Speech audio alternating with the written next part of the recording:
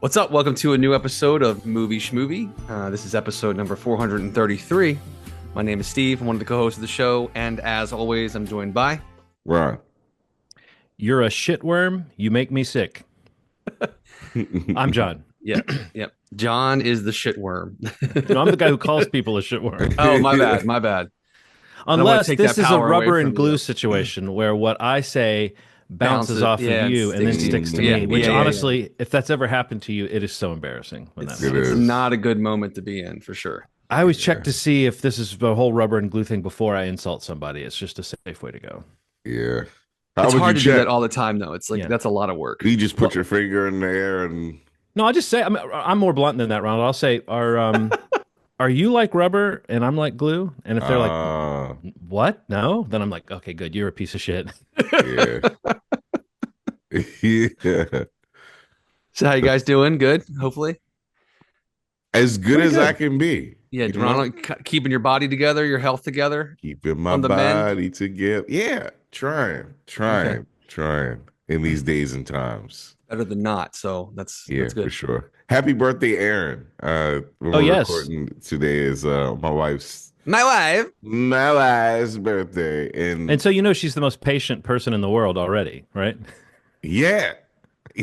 No, for real. Like I don't know how she puts up with me, man. It's sometimes I feel like I'm not quite a grown up, and she is a full adult, full of adultness, and I just married one of those too, one of those adult women. yeah, it's wild. I mean, man. thank goodness for it. Yeah, yeah. I've always said that if we were both like me, we would be sitting on a mattress with no box spring, like throwing cards into a hat as like some fluorescent light blinks outside, I get you. but we'd be happy. That's my theory. is that There we'd you be- go. That's how I feel too. Yeah, I'm very similar ideology about our happiness and my childishness. uh, You bring balance to the force. I'd like to believe that. Let her tell it. I don't know if I do.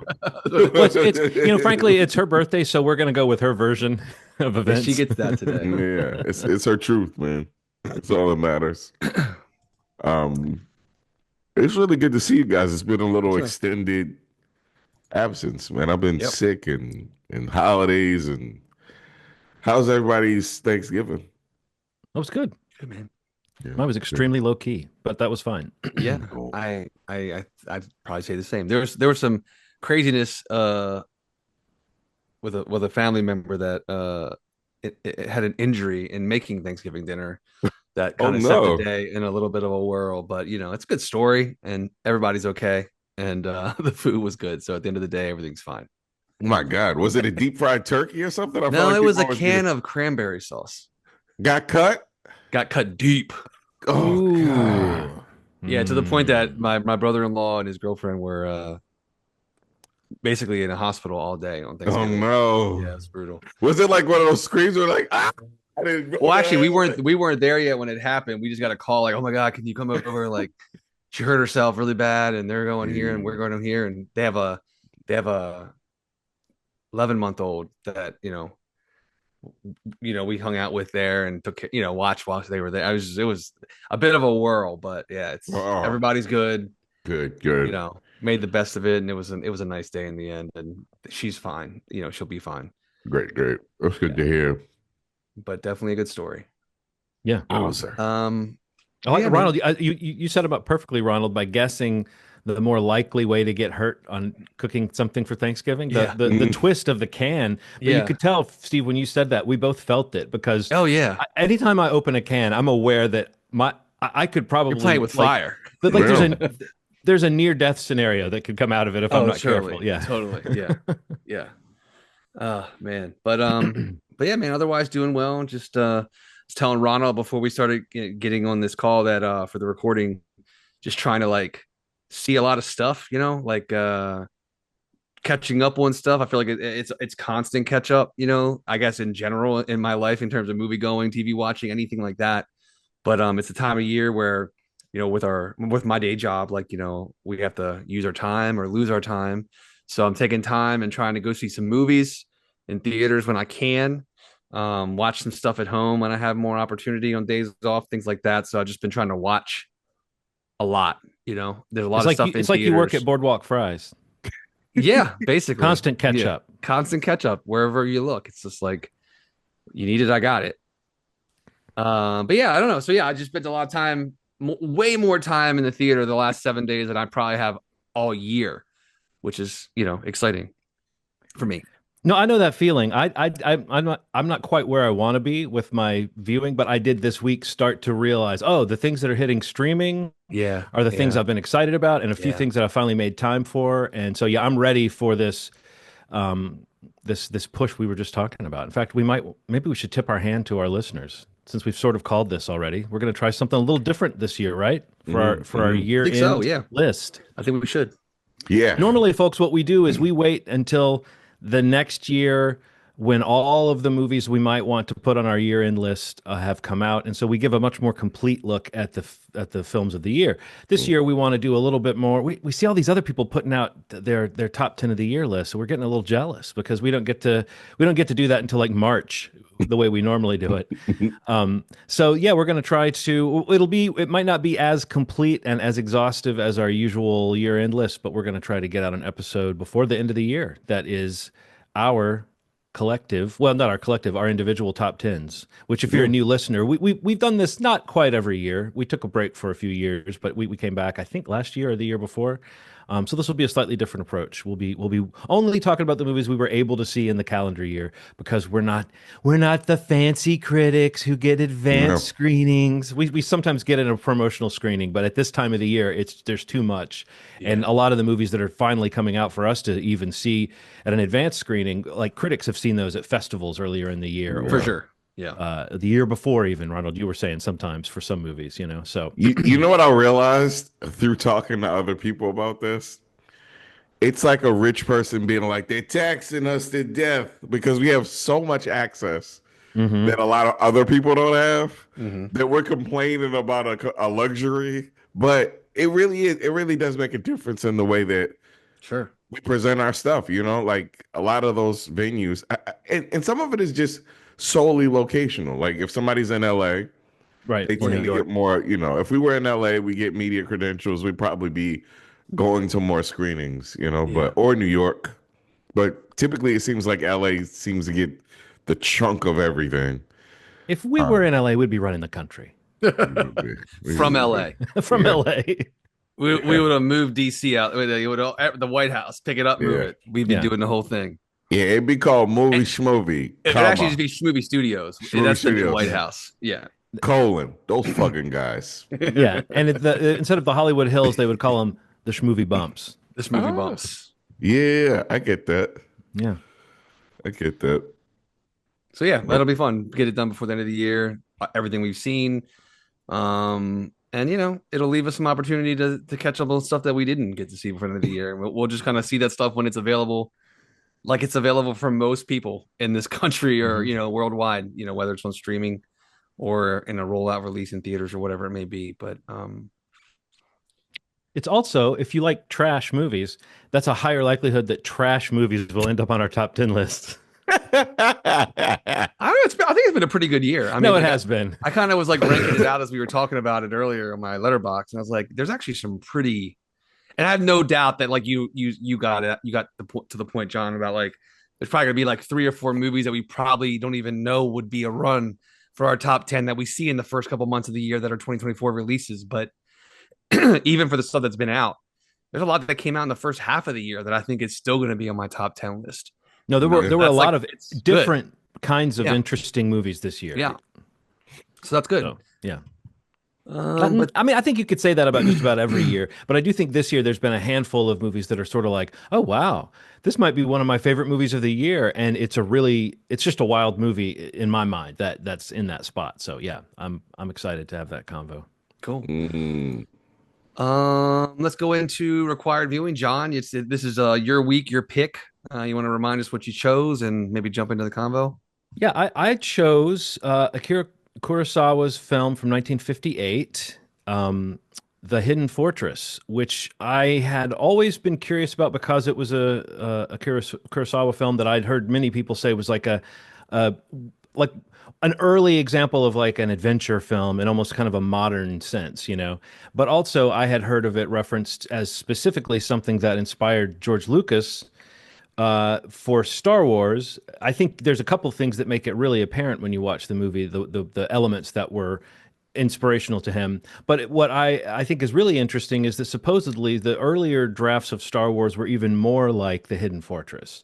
And that, you know, as you often hear about the development of Star Wars, people came in and were like, no, George, do it this way or try this or whatever. And the movie became a little bit less, I think it just covered less story and took a different route. But what they ended up doing was retaining some of those elements for the Phantom Menace. So when George Lucas went back to write the Phantom Menace, he reused some of those other elements from the Hidden Fortress. And I think you can really see the element of the sort of secret princess, the person who nobody knows, and they're using their secrecy or their secret identity as a way to maneuver around. I think it's handled more interestingly in the Hidden Fortress, but I do think that that element is there. And then the other big element that I think inspired George Lucas, that I guess will be my entree into talking about this movie, is the existence of these two characters in Star Wars. It's C-3PO and R2-D2, but who are sort of like not part of the main story in a weird way, but they're observers to the main story. I think in Star Wars, those characters become more integral to the story, but just the premise that the droids are the way we get into the adventure of Star Wars has always been sort of, I've heard the C-3PO and R2-D2 compared to Laurel and Hardy, you know, different comedy teams. But when you watch the first 5 minutes of this movie, you basically get the first 5 minutes of when C-3PO and R2-D2 are on Tatooine from Star Wars, because they fight, they bicker, they're mean to each other, they say awful things to each other, they split up, and then circumstance immediately throws them back in together, and then they're on this big adventure. And I think that is kind of like, even if that was all it was, I would have noticed it. But the other thing I noticed was the wipes, the screen wipes, the transitions. Yeah. That felt very Star Wars too. For sure. So anyway, not to make that the whole conversation, just to say that that was a reason this movie loomed large. I'd always heard it referenced because it was a Kurosawa film and because of the Lucas connection. So yeah, it was one that I'd always wanted to watch. And I guess I'll throw it to you guys after I just say one more thing about it, which is that I thought, like, I don't know if this was just the whatever the cleaned up Criterion transfer that I was watching not Amazon, on Max, but I thought this movie looked amazingly crisp and like not just like, oh, it's an old movie and they've scanned it and they've improved it in some way. It really did just look like this was a really well photographed movie for its time. Some of those details really popped.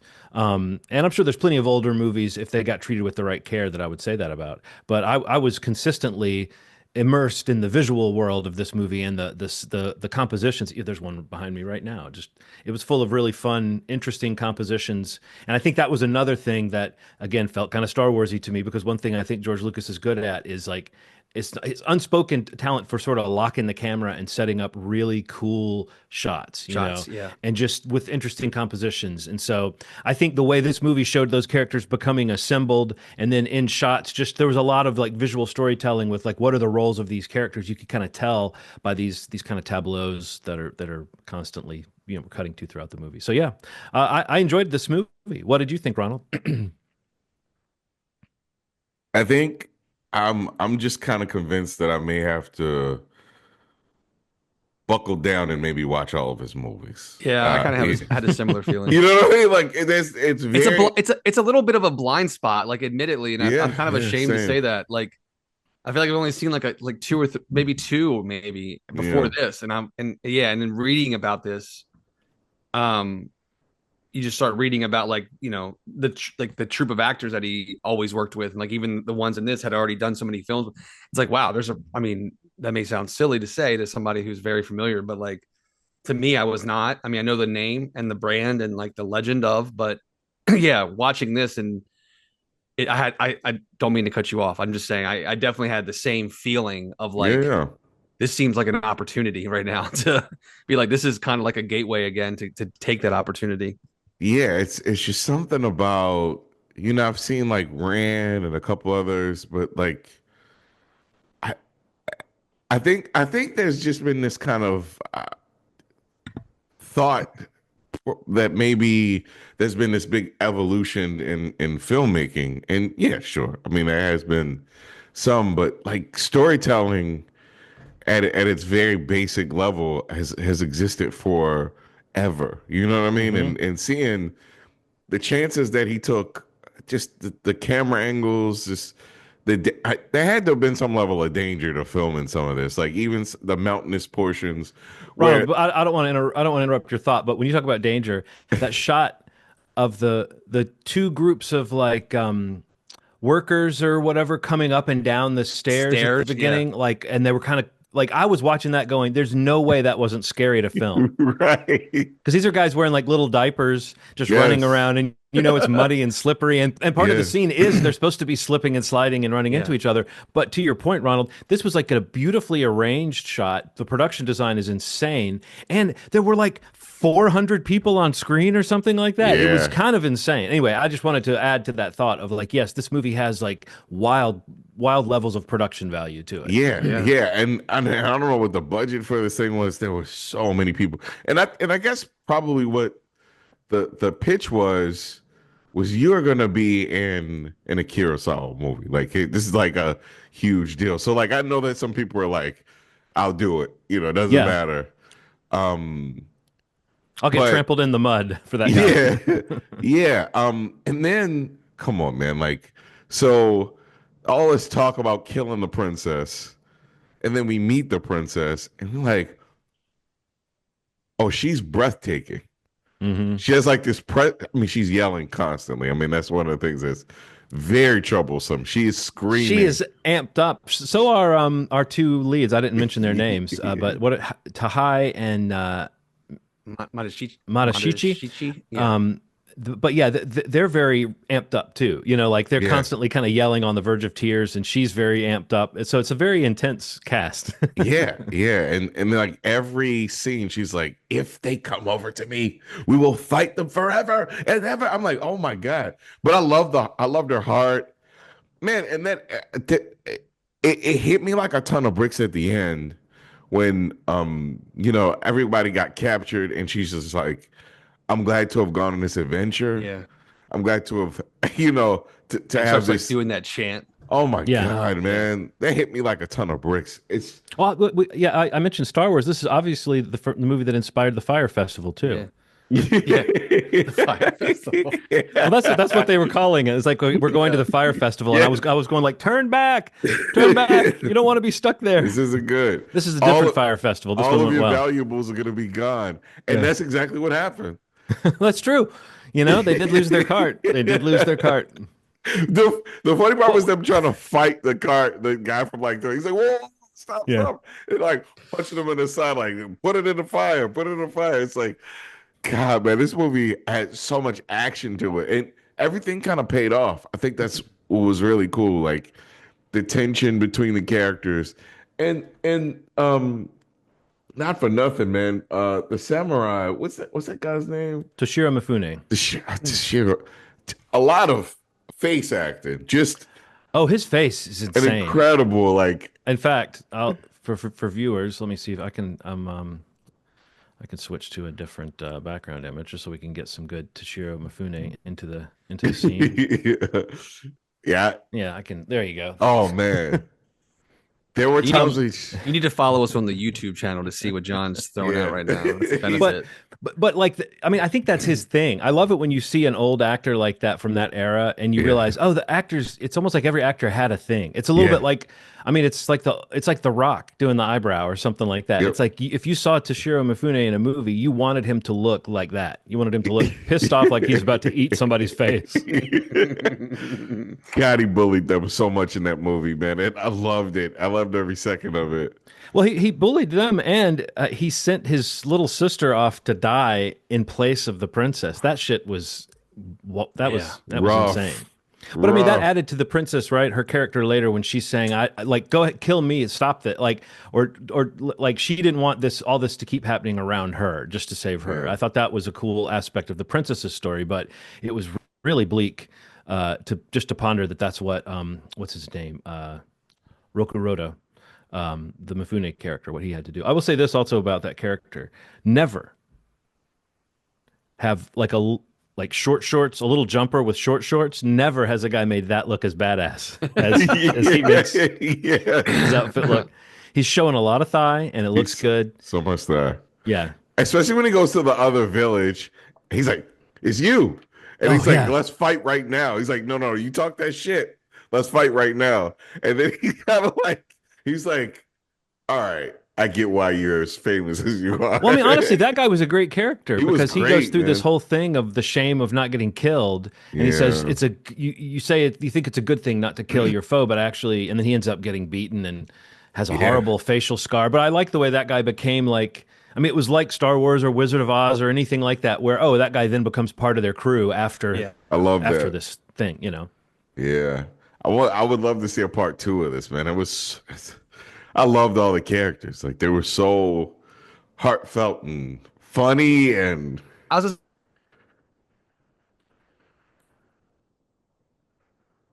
say that, I don't think that that's in what I've seen of Kurosawa. Like, that's not what I expected from this, and not having seen this or really heard much about it was like the comedy element of it. I was, more drama, action, epic adventure, I guess, was on my mind. But I mean, almost from right when the movie starts, it's like there's a lot of just kind of hijinks among the peasants, and even some of the interchanges between the general and the princess with them. But like, I just think that was one of the things that surprised me the most, because it is pretty funny. There's a lot of kind of comedic moments, and the peasants really like the idea of like the movie kind of being from their perspective, I think, is what makes it work so well. And I mean, and if you think about even the Star Wars comparison, like the scenes that talk about R2D2 and C3PO, like anything that they're involved in, it's like you can't help, you're almost forced to feel the perspective of them, because it's just like kind of chaotic, like their perspective is always chaotic. Like there's nothing that they're doing that's usually calm, so like when these two peasants are around, it's like that's their energy almost constantly. So even if it's something serious or action, or there's a big action sequence happening, their play in it is still almost always kind of like, God, they're so silly, like, and they don't have any real game or any there's angle, no clue, really. or they're just like, they wandered into this craziness, and like they're just like still as kind of bumbling as they were to get themselves captured to begin with. It's just like, it's just, that works really well. I mean, that was really the surprise to me. But yeah, this was a really great watch. Well, there's a couple of things I love about that. Like Rokuroda, I love the way once they're under his wing, they start calling him boss. Yeah. I just love that. I just love. I think I just noticed when a character calls another character boss, and I just love it. Like, it just seems like such a subtle little writing note, but it's such an obvious thing. These guys are kind of like you said, Steve. They're sort of knuckleheads. They need like a big brother almost to keep him out of trouble.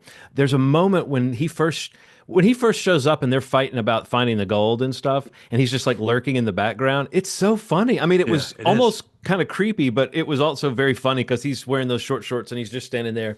But there's a scene where he comes up to their fire and starts poking at it, and I love it. They both try to do the same thing and then wilt in the same way. One of them goes, "Hey," and then he turns with this face and looks at him, and he goes, "Oh, nice day, isn't it?"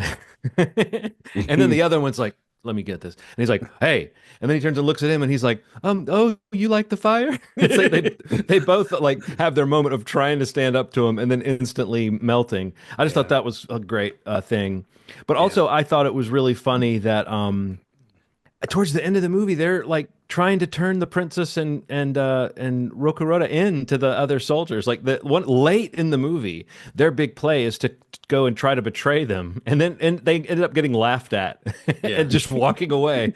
I just love that never is really answered for it. It's not like they really get a comeuppance for being like you're saying, this kind of street level character that's just trying to figure out what they can do in this chaos. But the fact that they're kind of morally shaky, I think is I don't know, it just adds to the humor. They almost reminded me in that sense of like Coen Brothers heroes, where you're watching them kind of stumble over their own feet constantly, Yeah. But no, I'm glad you guys enjoyed it. I definitely had the experience of like, oh yeah, this is one of those. I even kind of mentioned this of like, this might be one of those movies that everyone seems to think this is a good movie and it's kind of revered as a classic. So it might just be an example of a movie where you watch it and you go, "Oh yeah, this is this is really good," but this really was good. And I had the same Kurosawa thought you had of like, "Oh, I probably have some blind spots here with him as far as like as we found when we watch these older movies. It's really fun to find the level of sophistication and entertainment value that a lot of people might think you don't get in movies before, the last 40, 50 years maybe. But there's so much like the early traces of all that inventiveness and cinematic tools that we love now. It's all there, except like you said, Ronald, it's just you had to be bold. Some of those shots, like even just up on a hillside, like and the camera kind of tilts down and you're getting this vertiginous sense of like they're up on a hill and soldiers are coming up the hill. Some of those shots were orchestrated insanely well and were beautiful. And so often you watch an old movie and you can see the level of difficulty, but you don't really get the beauty out of it. You know what I mean? You're like, oh, I can see that was the best they could do, but it doesn't really look great by today's standards. But some of the shots in this were beautiful by today's standards. Yeah. And I don't think it had much CGI in it.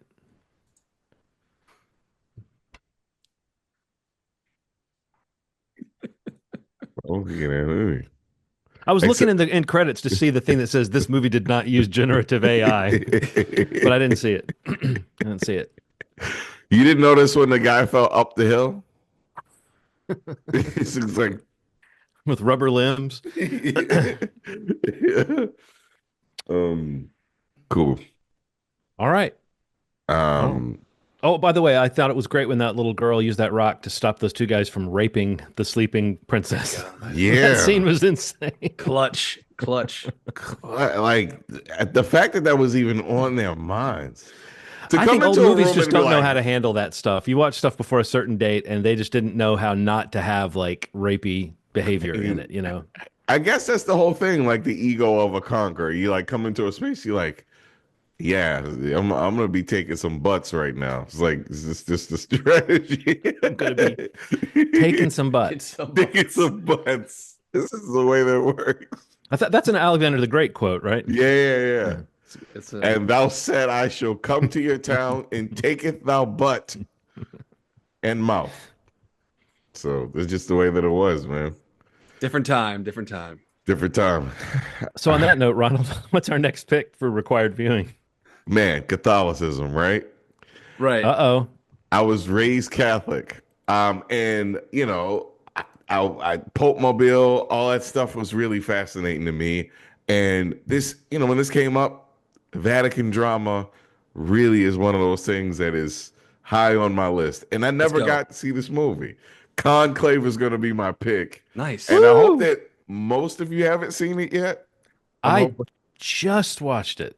However, I'm so glad that we get to do a whole segment on it next week rather than me just talking about it for 2 minutes or whatever. Much agreed. Yeah, I'd watch it again gladly. It's okay. It's Steve, like, have you seen it? No, but I actually was planning on watching it like tomorrow. So do you guys like watching great actors deliver really intelligent dialogue in a scene that's like well shot and like beautifully set decorated? I love it. Check. Yeah. You'll like this movie then. Okay, good. I mean, it is 2 solid hours of like great conversation and great, like you're talking about, Ronald, like thought-provoking shit that like makes you see how weird Catholicism is. Like this movie really made me think about how weird it is. So yeah, it's cool. It's a strange thing, it's like so I'm super curious to see how they handle the drama of it all. I like your approach to getting a possible top 10 movie seen by all for our list. Do it. Look at it. Look at it. Ronald. Gotta do it. Yeah. So I feel like if I'm gonna try to push the issue of us having a top 10 earlier, may as well throw in something that Ronald, could be that's great. Top 10. Let's do it. That's what we would call at Apple when we worked there a best practice. / surprise and delight. Surprise and delight. I still use the method of what did they call it? Approach, probe, shit sandwich. Fearless feedback. The shit sandwich approach. The fearless. I love saying to someone like, I totally feel that you needed to completely fuck up this assignment the way that you did, and I want you to know I acknowledge that you made that choice, and I just think it's great that you made a choice, and I applaud that. But it was terrible. I mean, like. But do you get permission first, John? Yeah, I get them to sign a permission slip early in the year so that I just have blanket permission. I'm speaking of my job as a teacher, but I guess in all situations, you don't know this. I make people sign a permission slip when I come into a room. It's smart. It's smart, man. I feel like people started to become like Voldemort with that whole thing. Just Which like part? You mean not just having a nose and the whole like trying to kill feedback thing. kids? Oh, It the was just feedback. like you are terrible. End of it. That was You the end just of made me picture a mashup of Ray Fiennes' character from Conclave and Voldemort, and now I want to see Voldemort What in if he Conclave. says, Harry Potter, the boy who lives, You know, there is a post-credit come to scene. die? Where it ties together. You shouldn't have told us Yeah. that, John. Spoiler. Pope That's John great. Paul, the boy who lives. Well, it's good timing because it came out on VOD, so it's digital, so everybody Yes. should watch with us. So, or if it's in a theater near you, go see it there too. Still, but I'm looking forward to Conclave. What else have you guys seen, man? Like, let's just talk about what we've seen over the past couple weeks. Again, it's been a few weeks. What do we got? Who wants to jump first? Has anybody been watching Skeleton Crew? I've watched the first 3 episodes of it. Yeah, Steve? I watched the first episode. yeah. Anybody want to share some thoughts on Skeleton Crew? I'm in for it, man. Like, I mean, the only thing I think of is I just want to say fun. You know, and it's nothing you original or unique, but like everybody's saying, the Amblin of it all and Goonies meets Star Wars or whatever you want to say to hook someone. I think it's pretty appropriate. And I think so far beyond Andor and maybe the majority of Mandalorian, it's probably the most enjoyable time I've had watching one of the Star Wars shows, personally. What do you think, Ronald?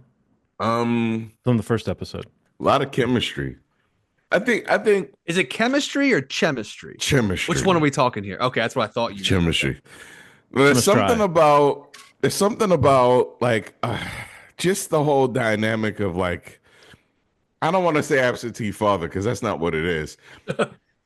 It's just I come from a family that had very hardworking parents that worked so much that there was a lot of trouble that I could get into.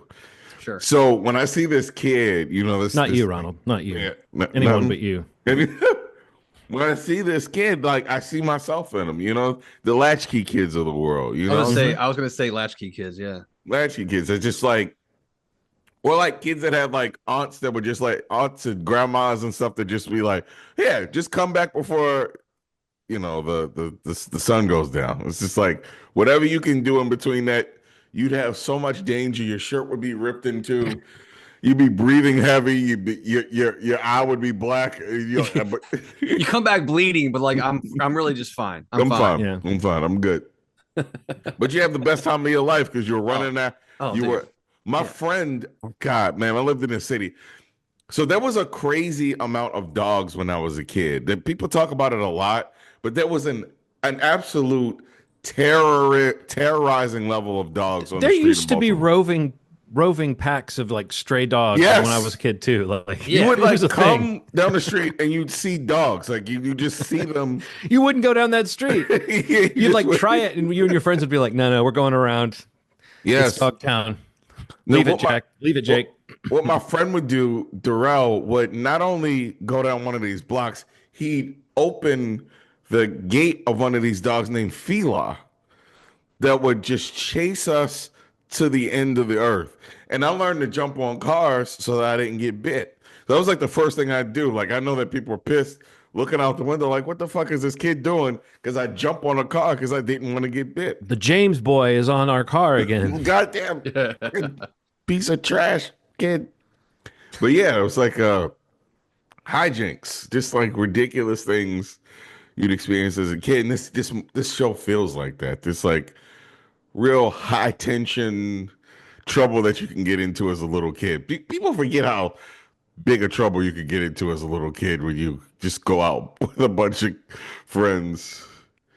Yeah. Well, I mean, I think that's basically the show does. Yeah, the show does tap into that. Like, I think that what is interesting about it is, and you kind of said this, Steve. it is Amblin meets Star Wars. It is Goonies in space, but it's good. Yeah. Like, let's forget, like, so take away that and just say it's good. The acting is good. The writing is pretty darn good. The Yes. story is pretty interesting. There's like a mystery that is actually kind of interesting behind the planet that they're on and Yep. what's happening there. And it's leaning hardcore into being like a pirate story, like a boy's adventure pirate story kind of thing. You've got an actor like Jude Law bringing a certain kind of charm to it, a certain kind of weight to it. Even Carrie Condon. I mean, there's a lot of really good adult performances that can occur in this story and still be kind of a kids thing. I remember, I think it was Spielberg that said he didn't make kids movies. He made movies for everyone that had kids in them, or he made movies with kid protagonists, but he didn't make kid movies. And I Right. would say this does feel a tiny bit kiddie, but not in a way that makes it feel anything less than like PG. You know what I mean? It's like it Yeah, doesn't yeah, feel like yeah. you're watching like sanitized, super clean stuff. I actually think there may even be some surprises and some connections that might come up in the show. Not that I want to see like cameos, but I'm talking about just the size of the story and the importance of it. I see all kinds of ways it can spread out, but this is what I've been wanting. I mean, I remember saying this Totally. about Solo, which is like, oh, this is the kind of fun movie I wanted Star Wars to be when I was a kid, Yeah. you know? And Andor is the kind of like intrigue that I kind of wanted to see. And this is just like you said, Steve, this is like, oh, a good entry in the Star Wars, like if you want to look at the canon of stories that they're putting together, Yeah. this feels different and it's well done and it's entertaining. And to me, when I watch something like this, I feel that Star Wars baggage just start to fall off of I my agree with body. you I'm 100%. like, oh, this is a clear story with characters you latch onto, and within a couple minutes you figure out, oh, like Neil, the little elephant boy, he's probably maybe a breakout character on this show, but like the idea of Star Wars throwing in something silly and something heartwarming. And you said, Ronald, this thing, it relates to real behavior. Like, this kid's not just in Star Wars with like a dad who's really busy, but his dad is in TV on the radio. So it's Yeah. like, it's really tricky, you know? That guy tours and he's like a space businessman or something. I can't quite tell. But I just think that it's like, it's fun. And we haven't really said this yet. We've said Amblin, we've said Goonies. The way they visually represent the idea of suburbs in Star Wars is so cool looking and so It is. charming and so It is. full of fun details. And you Yeah. just go, oh, yeah, we haven't quite seen this from Star Wars yet. And I think that used to be kind of the point of anything new Star Wars, was to say, well, you haven't seen this yet. You haven't seen a planet that's all mushrooms. You know, you haven't seen this, you haven't seen that. But now they're doing like I don't know, just relatable social stuff that you haven't seen yet. So it's not like, oh, if you hate Star Wars, this is the show that's going to win you over. I think this is a really good show for people that enjoy the kind of potential. And I think the word fun is the right word. If you have to Yeah. come up with one word for this, I think fun, and then maybe even like exciting. It's great. Yeah. Like those kids when the ship starts taking off at the end of the first episode and they're going into hyperspace. Jumps, yeah. I got like the good kind of goosebumps, like the kind of thing where I wish my son was 8 again and not 17 or about to be 17, because like now he's like, yeah, I'll watch that eventually. But I think he would have eaten up this kind of adventure story when he was younger. And I still have that I said I relate to Neil. I have that kind of dorky kid who doesn't want to get in trouble but still wants to have a little bit of excitement. I've got that kid inside me. So yeah, I enjoyed it. I haven't watched the third episode yet though, but I thought the first two were pretty darn solid. Cool. Cool. What else? Oh, I saw Heretic. Have you seen that yet, Ronald? No, I want to. Ooh, it was really good. I mean, it's well written. Talk about well written and well acted.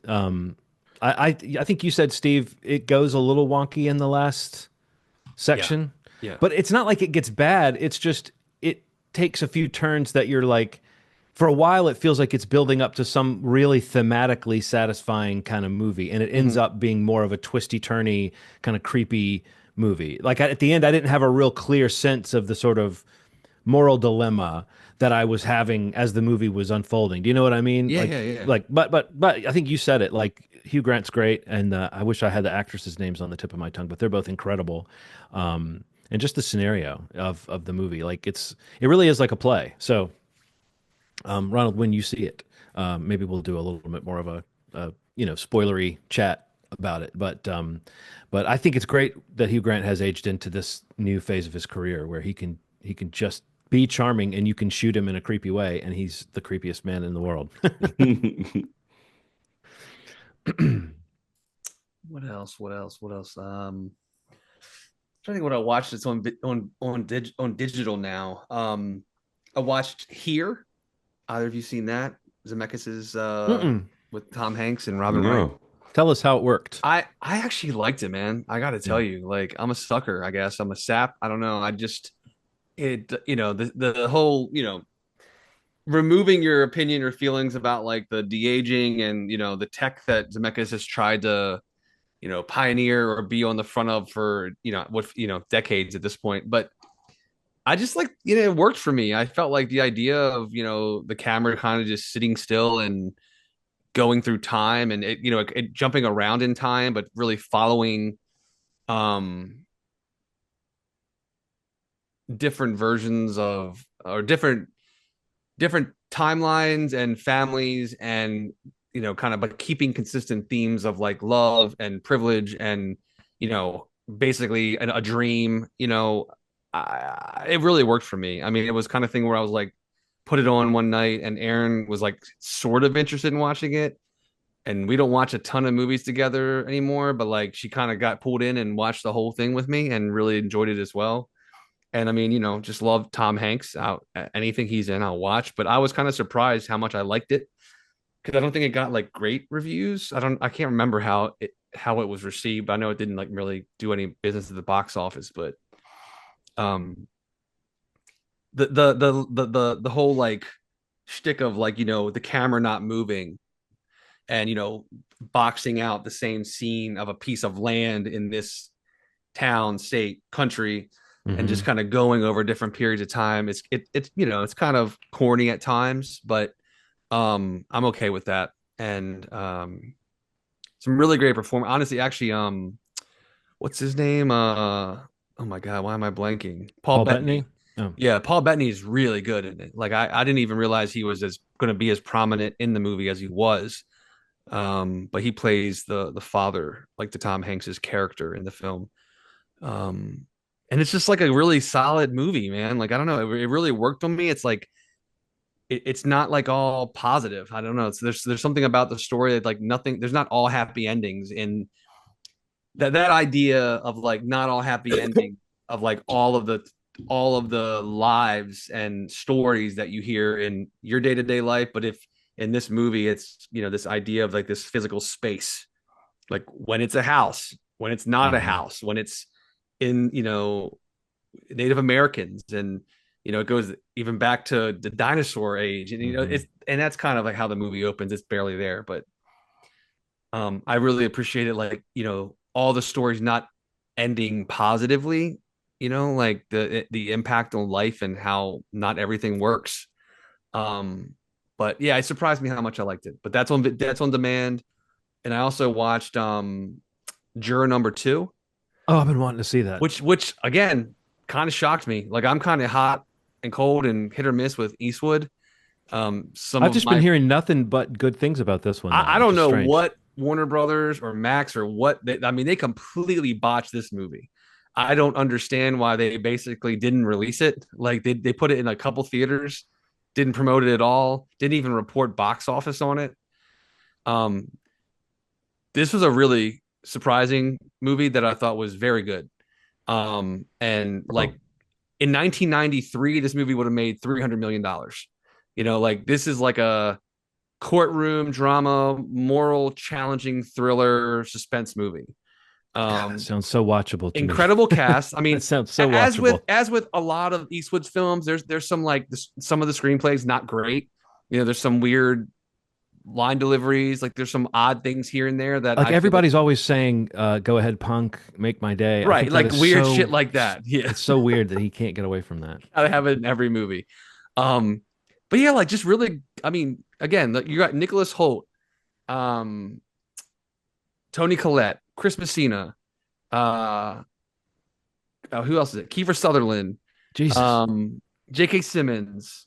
Oh my God, I was waiting for you to name somebody that hasn't like made me fall back before. Yeah, because they're such a good actor. And yes, every name you've added was like, and I'm just like, they've killed me too. Little roles, like little people pop up here and there, like a really quick scene. But I mean, it's just a weird thing to me. Like, because I guess I had low expectations. Because again, I kind of, especially more recent Eastwood, I haven't really loved. But the story really intrigued me when I found out what the movie was about. I was like, this could be really interesting and like really kind of like morally challenging.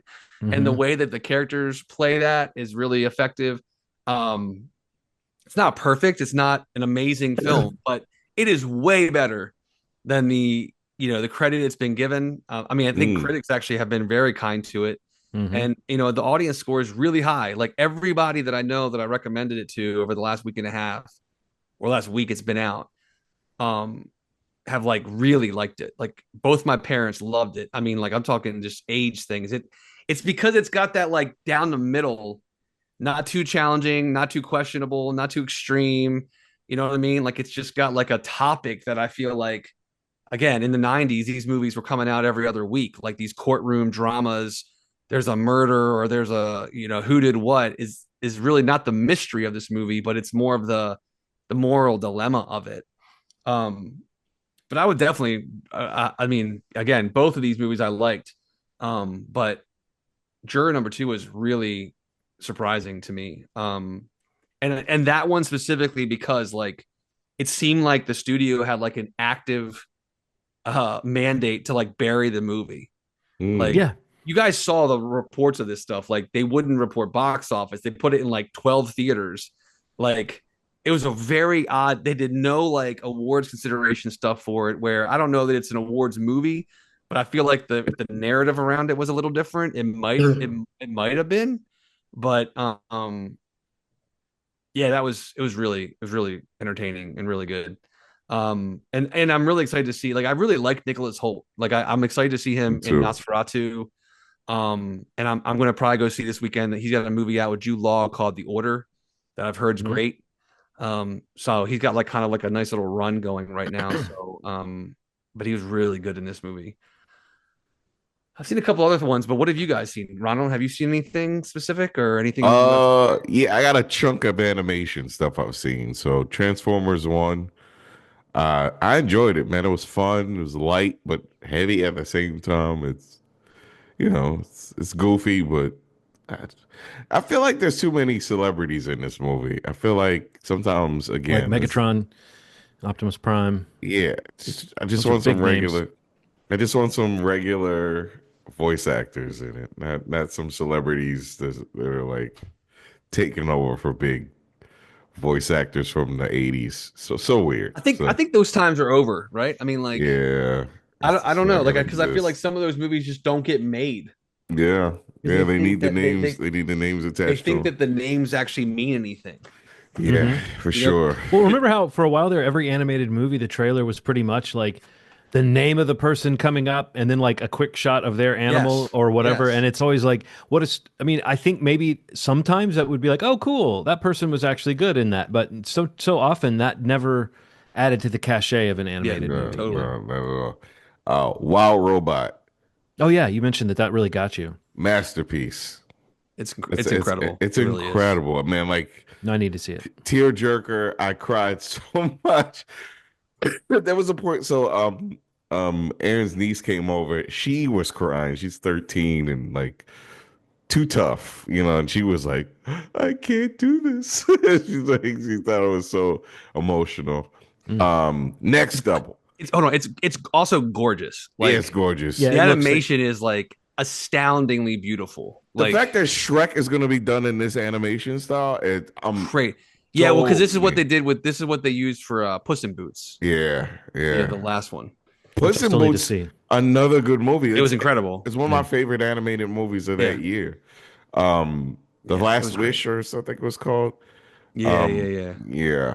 Uh, Watchmen Chapter 2. Finish that. Man, you talk about good. Like it So good, so it so good. so it took everything from the movie, that a lot of people got mad at. It's as comics accurate as it could be. I mean, there was a little tweaks, but for the people that wanted to see the ending from the comic, you got it. Are you Oh, cool. satisfied, you pieces of shit? Watch it. See, I still want to see that. We did the first part as part of required viewing, so I Yeah, was kind of thinking I didn't even notice that the date that this part two had come out because I thought we yeah. would all be required to watch it together. But now I can just watch it at my leisure. So good, so good. And then two more things I wanted to mention. Oh, maybe more than two. Creature Commandos. Oh, I The haven't started that. new DC stuff. I Yeah, mean, that's the so first like official thing from the new James Gunn run, DCU. yeah, so I mean, this is the beginning of it. Make no mistake, this is a directly attached to Suicide Squad. So you know the way that there people are like, this is Suicide Squad with monsters. It is. I mean, Yeah, it's Oh wow. purposefully done that way. They talk about the Suicide Squad. They're like, hey, this is just a monster version of this. The Suicide Squad failed on some level. And I think that they're tying in some of the parts of like Peacemaker and stuff like that. You can hear some of the story things kind of moving along. I think it's fun. It's vulgar. It's ridiculous. I'm in. I'm in. I don't know if I would have started the whole DCU with an animated thing, but I'm enjoying it. I think it's really well done. So is it just a question real quick. Is Sure. this James Gunn wrote these, directed these? Like what Yeah, did he do they with these? literally in the beginning, when they talk about the cast, they say written by James Gunn. There's an animated James Gunn at a desk, Oh, and they show him wow. right. I've never seen his. I've never seen him represented in that way, and I think you that's know, I It's heard so people weird. talking about that, saying, is it wise for him to attach his face to it when he's getting so much criticism? I mean, not to say that he should Yeah. care about it, but there's mm, so many people that are ready for him to flop. So it's mm, all the let's say it, it's all the Snyder Bros that are Yeah. mm, like if you look at what's happening on social media with James Gunn versus those guys, they can't let it go.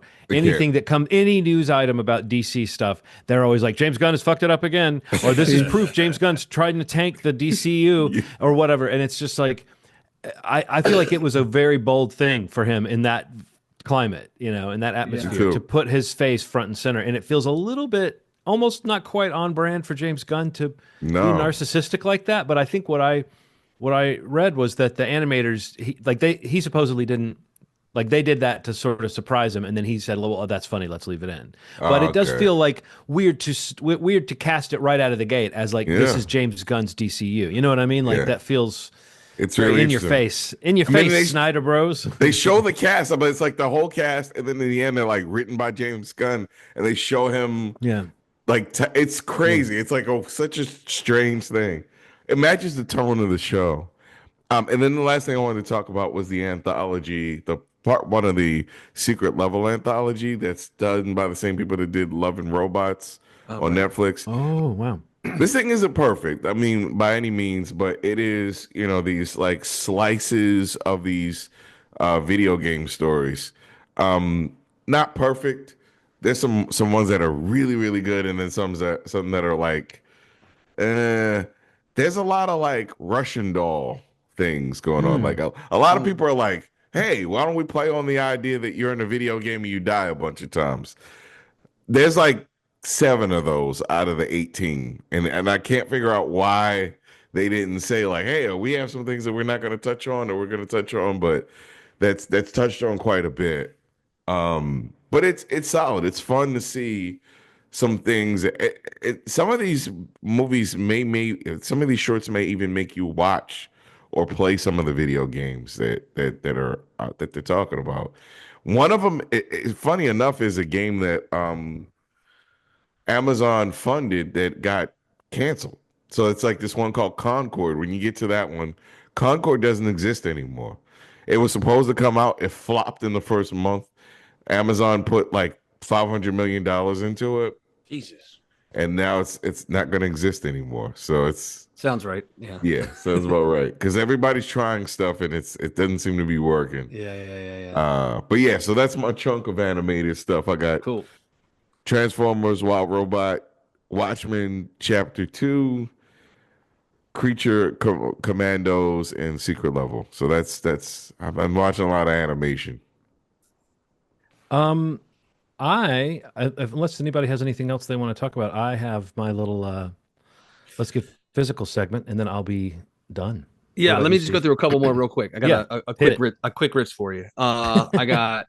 I'm gonna go did not like, liked, loved. Oh Okay. yeah. There's one you did not like that Did I not actually want to hear like, you talk about for a did minute. not like Y2K, which really Why? really really bummed me out. Right, because we're Kyle Mooney heads on this show. We like Kyle We Mooney on this are. show. Brigsby Uh, Bear fans. I have a Yeah. physical copy of Brigsby Bear. Brigsby Renette, Bear. unite. I'm there, dude. Like I got the card, but I don't know. This movie, Dang.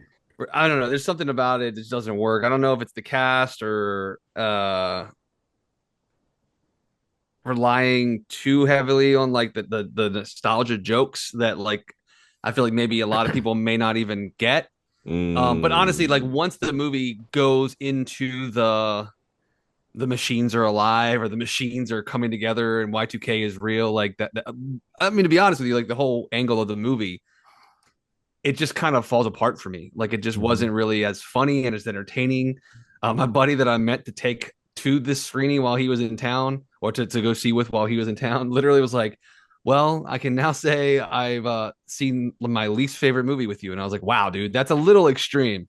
But I too was very disappointed, mainly because the trailer was really great. Again, big Kamuni fan. I love the nostalgia. It's like that's my time, or I just was in the bag for this kind of thing, and it just didn't really work for me. The cast was not great, and there's a character in the movie who is the best part of the movie that surprisingly doesn't make it far into the movie, Yeah. and that was kind of a letdown because some of the ones that I think didn't work were the ones that you kind of had to stick with the whole film. I've Um, heard that. Yeah, I don't want to ruin that, but yeah, it was definitely bummed me out a bit. Yeah. Uh, I liked Moana 2. It's not Hmm. as good as Moana.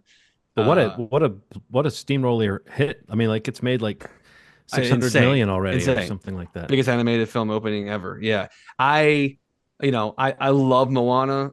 It's like it's a staple in the household here. The music and the film, the characters, everything. This movie is good. Like it's fine. Like I don't understand the trashing on it or like the negativity around it having initiated as like a TV series and pivoted into a film. I mean, that may be visible. There may be seams of that in the movie, but I felt like for the most part, the movie looked great. The songs are nowhere near as good as the first film, but Dang. Noel Miranda's not involved in this movie. But Oh, he's not. Okay. no, he's Yeah. not. I mean, there's a couple catchy songs. My kids are singing the soundtrack. We took them last week to see it, so it's still connecting. It's just not to the same level as Moana. It's still got a great third act. I thought it really kind of comes together there. But yeah, it's man, it's perfectly fine, and it's better than that. I mean, it's good. But what I loved was Wicked Part One. I And then mean, Ronald went on about his experience with it. So there's not much more I can say. Maybe except for the fact that I got to take my 7-year-old to see it, and what was pretty ooh. magical was like the fact that her life is now Elphaba, and she like wants everything that has to do with that character. Um, and the songs are constantly playing in my house this past week. But yeah, it was cool to see it with a crowd. Like I went last Friday. It wasn't like an empty screening. I mean, it wasn't sold out like maybe Ronald's was, but it was really cool to kind of feel the energy watching the movie. And I gotta say, the performances are just outstanding. Yeah. Both Cynthia and Ariana are great in the movie.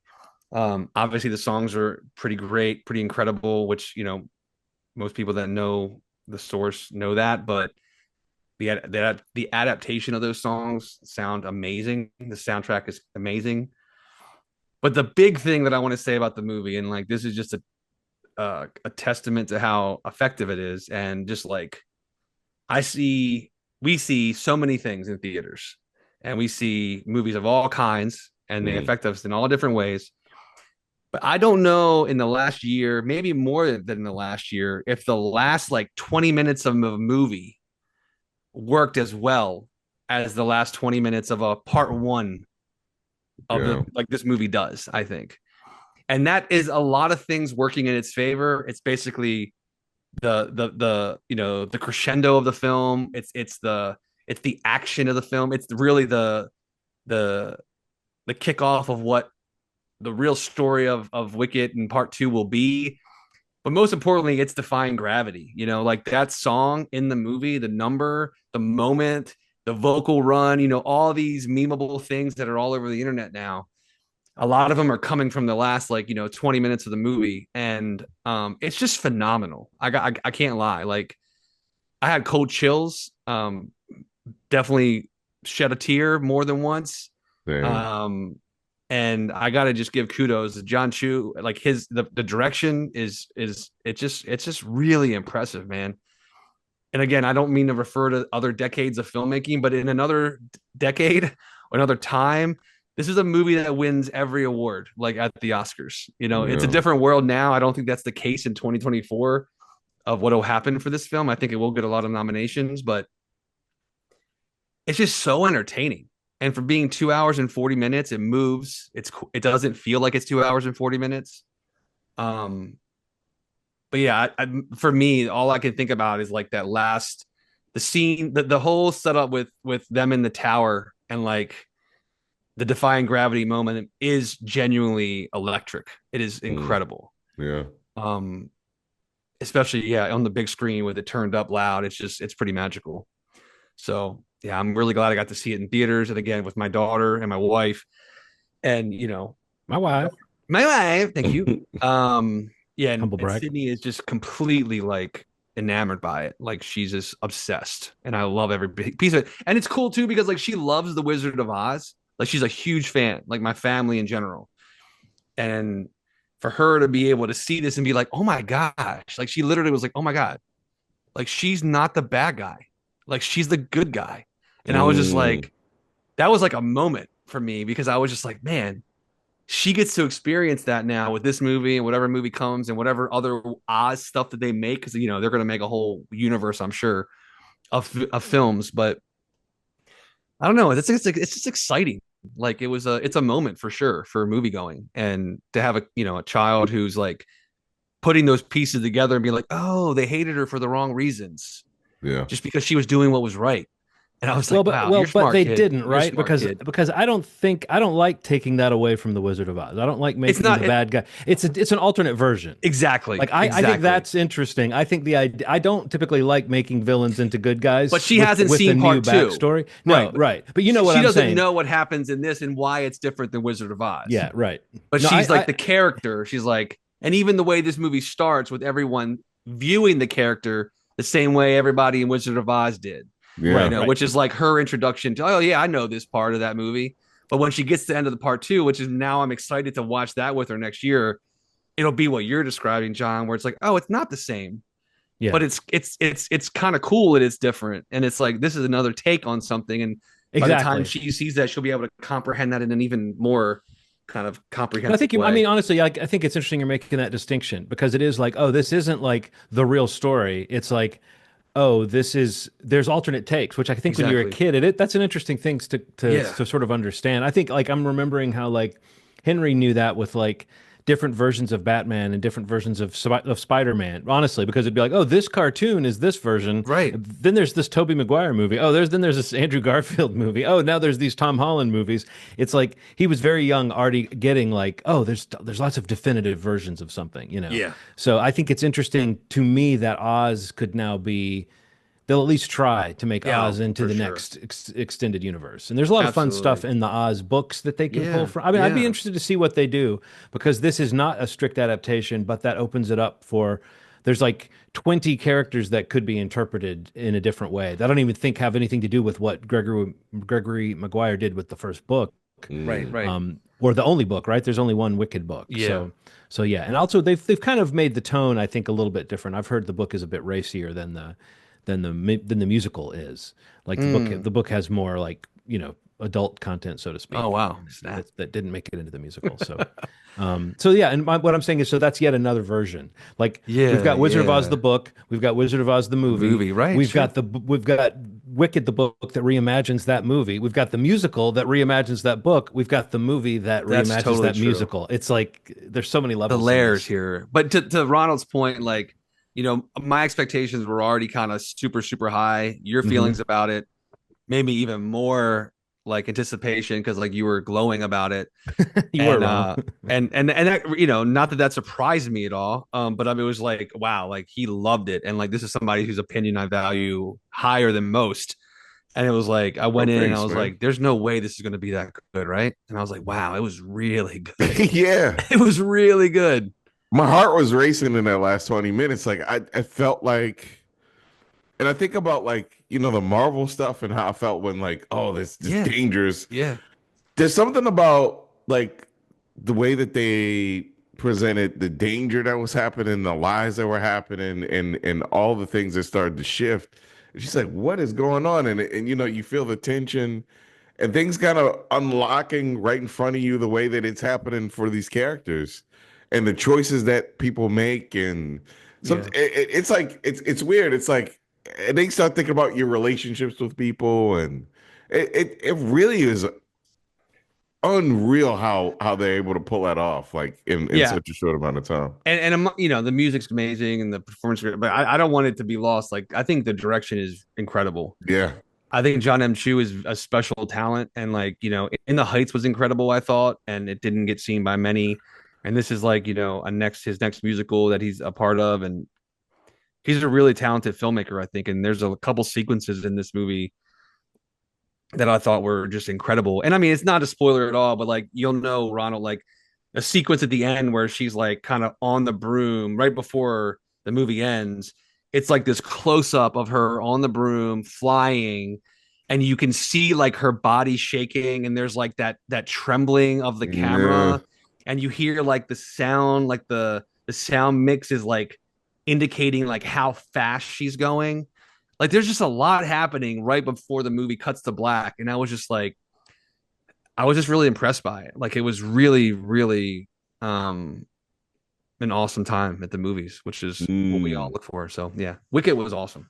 cool. Well, I can just about guarantee I'll try to see it before we Good, do our year-end Okay. good. list. Please, please. But don't You be Even mad at if I me don't if it want to doesn't oversell, make yeah, my. it may not, but I think you should try to check it out. It's there. No, honestly, I saw a clip of I guess it's Jonathan Bailey's song from the Yeah. movie, and I thought the direction was cool. I did not like the song too much, so Hmm. I'm wondering if I would like the other songs better because the Okay. song felt just sort of.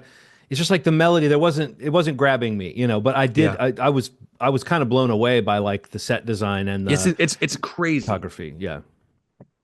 Okay, so Ronald's going to get his physical media. He doesn't have too big of a house, so even if he's got to run all the way to the other end of it, so we just have to stall. But yeah, like I think that idea of giant. Well, I mean, and also I've seen photographs of behind the scenes, giant sets Oh man, go massive. a long way with me in 2024. Dude, I Especially couldn't when agree it's more. something like that where it could easily be totally you could totally get by with not doing it and it might Right. look fine. But like I think everything people are responding to about this movie, the emotions, the performances, everything, I think that stuff is like subconsciously stronger if you have like environments for the actors to To be step in, yeah. into. Yeah. Totally agree with you. Especially when it's these kind of iconic environments that they're reinterpreting for this movie, that like this looks like the Emerald City that we know, but it's still not a replica. Actually, the movie it looks closest to me is Oz the Great and Powerful, which is funny because Yeah, that's like the only other kind of modern era Oz movie I we know. have, but I that know. movie was like almost 100% CGI, I feel like. Yeah, definitely. Um, and also I feel like there's somebody in that movie that we don't Hey, see in move movies on. anymore. Yeah, we move on from that certain. All right, so Ronald, I guess we Let's both get have physical. something to get Physical. physical with here. So Yeah. let's get physical. Yeah. Oh, you going first? Well, do you want to go first? I was tossing to you, but I can go first Okay. if you. So this is a two-parter. This is a two-parter. Uh-oh, just like Um Wicked. yeah, so somebody gave me this. The last Black Man in San Oh, Francisco. And this is the special like A24 doesn't fit on your shelf with your other movies too version. high, ridiculously high, like several inches higher than the actual Blu-ray or 4K. And this is like a special thing. Like somebody knew that I loved A24 and was like, hold on. And I'm like, so where did you get this? He's like, well, they gave it to me for my birthday from the A24 Club. So part two of this is I joined the club.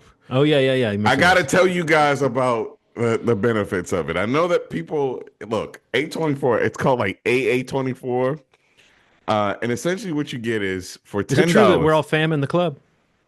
Yeah, Okay, cool. yeah, for sure. That's So cool. for $10, you get a zine every week. Sorry, I in the mean, club. I should have in the said. club, in the club, you get a zine every month, printed, sent to you.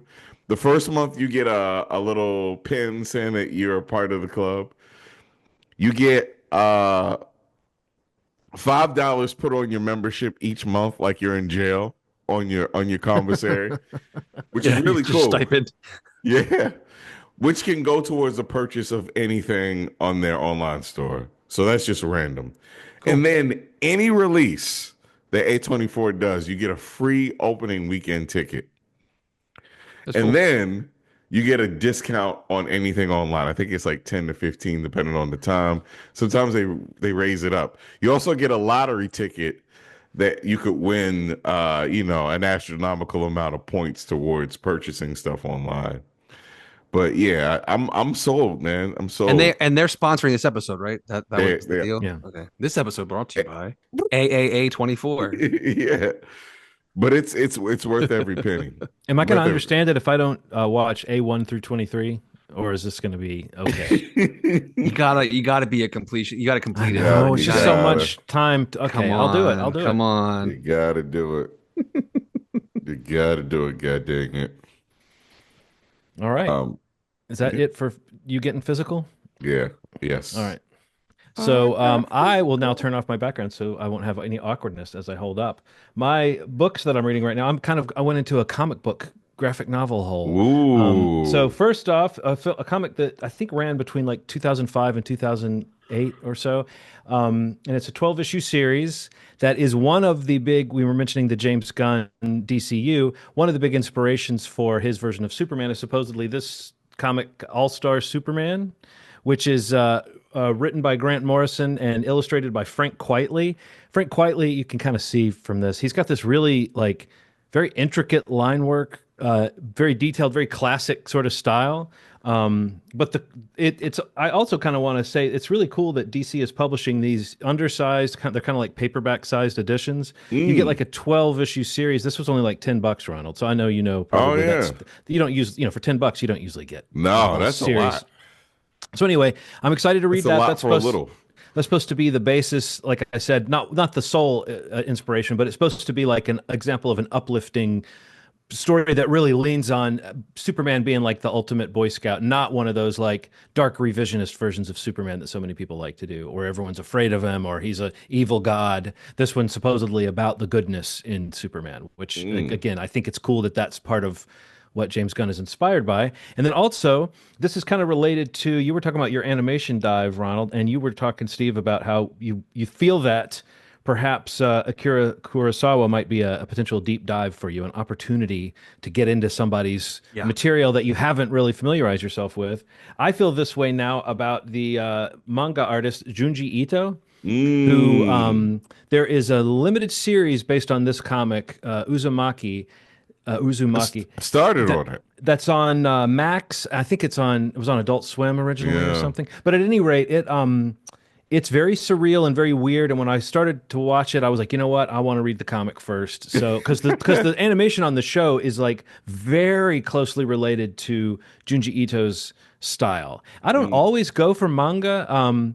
This is pretty much straight ahead horror manga, so it's not like superhero stuff or sci-fi or fantasy stuff. But I find that some manga artists, there is that kind of rigid style of like super cartoony characters that, for whatever reason, just has not clicked with me in most cases. But Junji Ito's art is a little bit more realistic, so to speak. I mean, manga artists always have amazing backgrounds and scenery and stuff in the art, but this is like a beautifully drawn comic that is just creepy as hell. It reminds me a lot of like David Lynch kind of horror, surreal stuff, but it's very I don't know, just creepy